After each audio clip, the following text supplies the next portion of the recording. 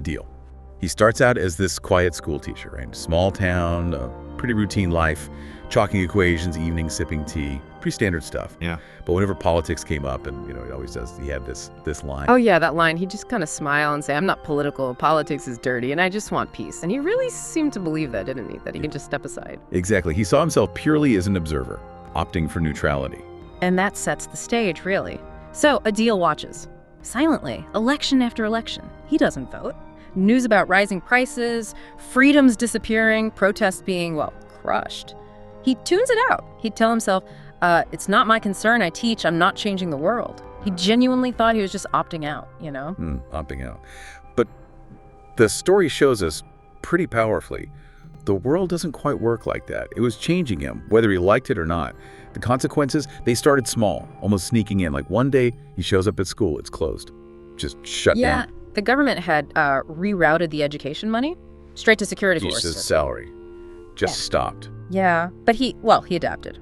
Started giving private tuitions. Okay, so he adapts. But then the internet blackouts start. And his online classes collapsed, gone. And still, silence. That's kind of an aha moment right there, isn't it? The direct hit, even when he thought he was separate. It really makes you think, when does being passive stop being passive? His neighbor, remember, the local activist, taken away, no charges, and Adeel's reaction. He got involved, I won't. He said nothing.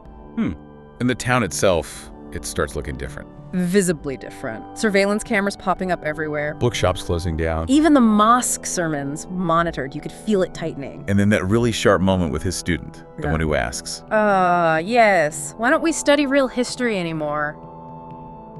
And Adeel, he had no answer. He could see it all happening. But he just held onto that silence, that idea of personal peace. But years pass.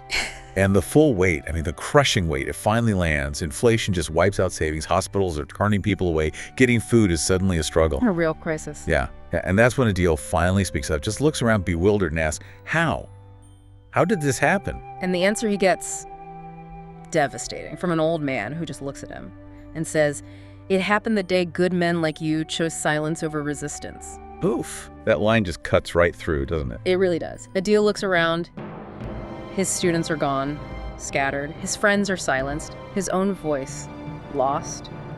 And he finally gets it, but it's tragically late. He realizes saying, I'm not political was, well, it was a deeply political choice all along. And the space his silence created. Tyranny moved right in, made itself comfortable. And that really is the core lesson here, the universal takeaway from Adeel's story. Neutrality, or what looks like neutrality, it's often a stance in itself. Silence can have this huge, devastating cost. Absolutely.